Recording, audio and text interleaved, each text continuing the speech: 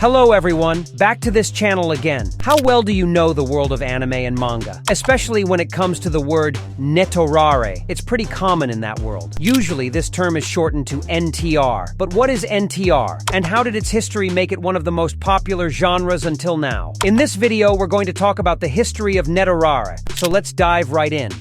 Netorare, or NTR for short, is a subgenre in Japan that revolves around themes of infidelity, being stolen, or having someone's partner taken away. NTR isn't just about stories involving people who are already in relationships. It goes beyond that. Here, even being friends can be considered NTR, even if you're not in a romantic relationship or married. It means that if you're close to someone but haven't started dating, and that person gets involved with someone else, it can be labeled as NTR. Even if the girl just has a preference for someone else over you, it's still considered NTR. Take, for example, the anime Oragairu. Hachiman's preference for Yukino over Yui is a form of NTR. Even though they're not officially dating, it's already categorized as NTR. So, NTR isn't limited to just dating or being married. Childhood friends, crushes, or friends being taken away, all of these can be termed as NTR. Basically, if there's betrayal involved, it's considered NTR, even if you haven't become a couple. The term netorare itself comes from the verbs netara or netaru. I don't really know why there are so many words for it, but all three words mean the same thing: cheating. NTR is a kind of fetish that leads to a genre where someone enjoys the thrill of their loved one engaging in relations with someone else. There are several types of NTR scenarios. Netorare. This is a moment when you are betrayed or cheated on by your partner. Netori. This is a moment when you steal someone else's partner or take someone else's spouse. Netorace. This is a moment when you enjoy your partner's infidelity, finding pleasure in your girlfriend or boyfriend being taken by someone else and allowing it to happen. Just like in the video I talked about earlier. If you flip the victim, you can add reverse to the genre, making it reverse netorare or reverse netorai. Besides that, there's a genre development called BBS, like in the example of the anime Oragairu. Because many people were confused about whether it was an NTR anime or not,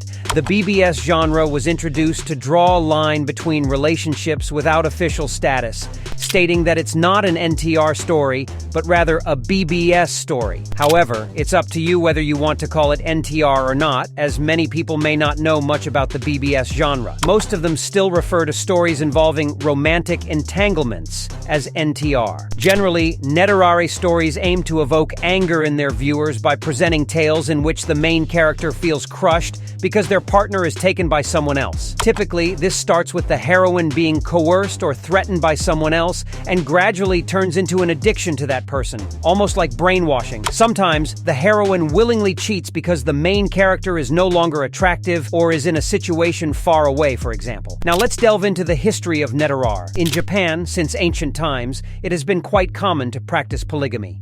In the Middle Ages, the marriage system was based on arranged marriages decided by the parents. Then came the era of the samurai, where arranged marriages became even stricter, with couples being matched based on the trust of their families, all in the name of protecting their family or clan. During this time, marriage wasn't based on love anymore. It was just a family rule. So, it was quite common for wealthy men at the time to have multiple wives to protect their clan and lineage. Moving into the Edo period, couples started to engage in extramarital affairs. During this time, if a man wanted to have a relationship with another man's wife, he had to pay a sum of money to her husband for permission to be with her. Even though adultery was illegal and both parties could face execution if caught, Japanese society openly embraced it. This was because these relationships didn't start with love, and there weren't many job opportunities, so people often engaged in extramarital affairs. Some of the early writings about netorare trace back to this era. These affairs gave rise to a tradition in Japan where men would visit other women for extramarital affairs, known as yobai. Now,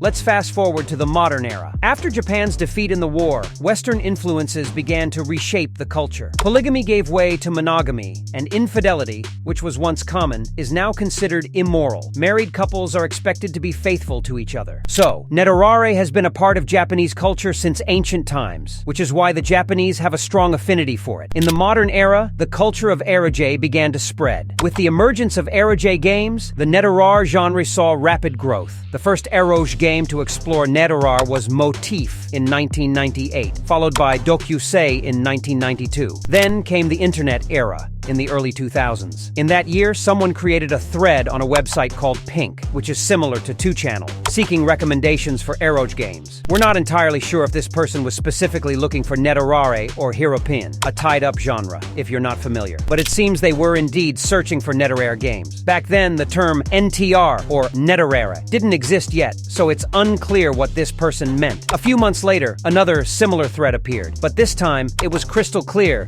that the person was referring to netorare. In 2000, the popularity of the netorare genre began to grow in Japan, even though it didn't have a formal name yet. Then, in 2001, a personal website called Nemuro was created, providing comprehensive information about netorare. It was on this website that the term NTR was first mentioned. A few days later, several other threads also introduced the term NTR. It's uncertain whether they were discussing games or something else, but it was through these threads that the term NTR was officially born. Interestingly, even though the Nemuro website introduced the term earlier, it's likely that many people were unaware of it, so the birth of NTR as a term is often attributed to July 18th. By the way, the owner of the Nemuro website is the same person who created the initial thread introducing netorare. The person who first coined the term NTR is Mr. Kitin. So all you netorare enthusiasts should show some respect for this individual. Let me clarify for those who might not understand. The term netorare has been around for a while, but it didn't have a specific name to define this genre. Japanese people referred to it as affairs or forced relationships back then. It was Mr. Kitin who used the term netorare and shortened it to NTR. It seems that the words netorare were already used by some individuals to describe infidelity at the time. So, when Mr. Kitin introduced the term NTR, it gained even more traction over the years. The genre became even more popular with the release of the anime Triangle Blue in 2010. Since then,